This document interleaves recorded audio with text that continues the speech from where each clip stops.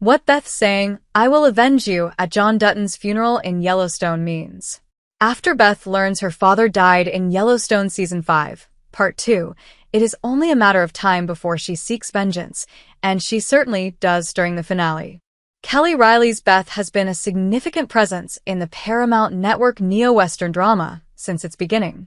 Whether fans love or hate her, Beth is one of Yellowstone's most important characters. So, it makes sense why Beth has such a big role in the finale, and why she is the one to avenge John Dutton by the time Yellowstone comes to an end. Beth had a very close relationship with her father in Yellowstone. After discovering he had been killed, Beth's emotions get the best of her, to no one's surprise, and it's honestly baffling that she holds off on getting revenge for as long as she does. However, attending John's funeral during the Yellowstone Season 5 finale is just the push Beth needs. After saying goodbye to him, Beth seeks justice for her father's murder, and nothing is going to stop her from getting it by the end of Yellowstone Season 5, Episode 14, Life is a Promise. Beth's promise to avenge John Dutton set up her killing Jamie. Kelly Reilly's character murders Jamie during the Yellowstone finale.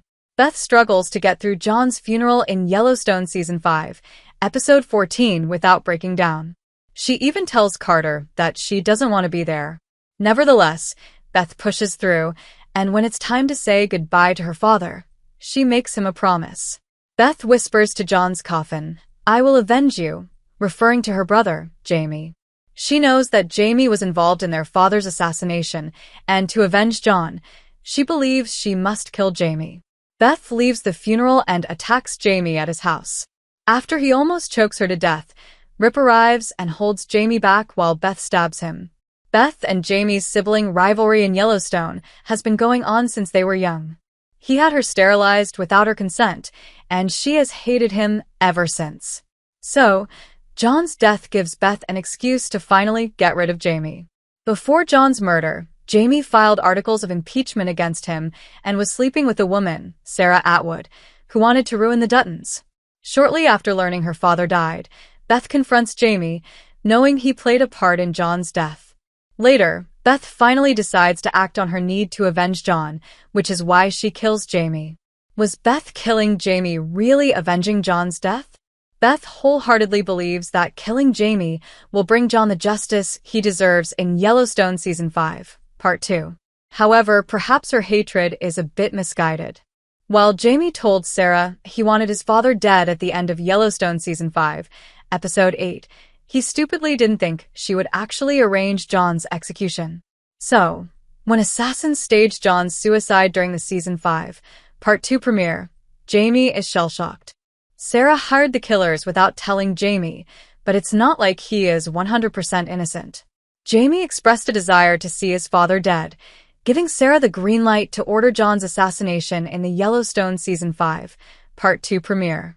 Then, he finds out about Sarah's actions and does nothing with this knowledge. So, even though Jamie didn't pull the trigger, he is just as guilty as Sarah is in Beth's mind, which is why she feels justified in killing her brother. If Sarah was still alive in Yellowstone Season 5, Episode 14, Beth certainly would have taken her to the train station, too. Did Yellowstone's ending honor John Dutton's legacy? Case sells the ranch to Chief Rainwater.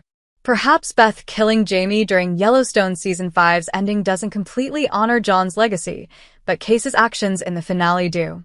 One of Season 5, Part 2's dominant themes is the Duttons' struggle to keep the ranch.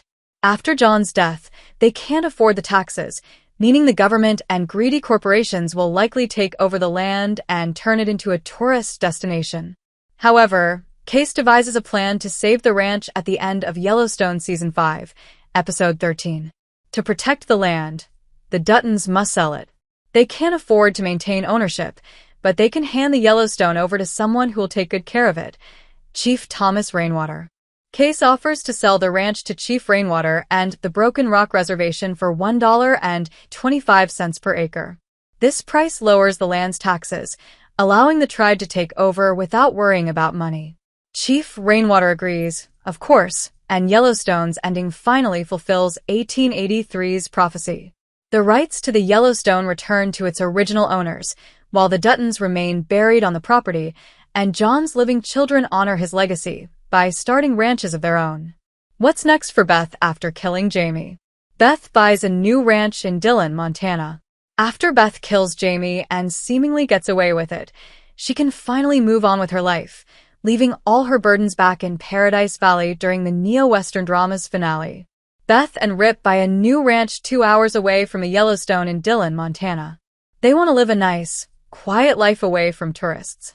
So, their home after leaving the Yellowstone is perfect for them. Beth and Rip bring Carter along with them to Dillon, and the ending of Yellowstone previews the family's new life together. Rip and Carter work on the ranch, while Beth finds the perfect bar in town. Their story will continue in the upcoming Yellowstone spinoff featuring Beth and Rip. It's unknown if Carter will appear, meaning Beth murdering her brother might be an important part of her arc in her next show.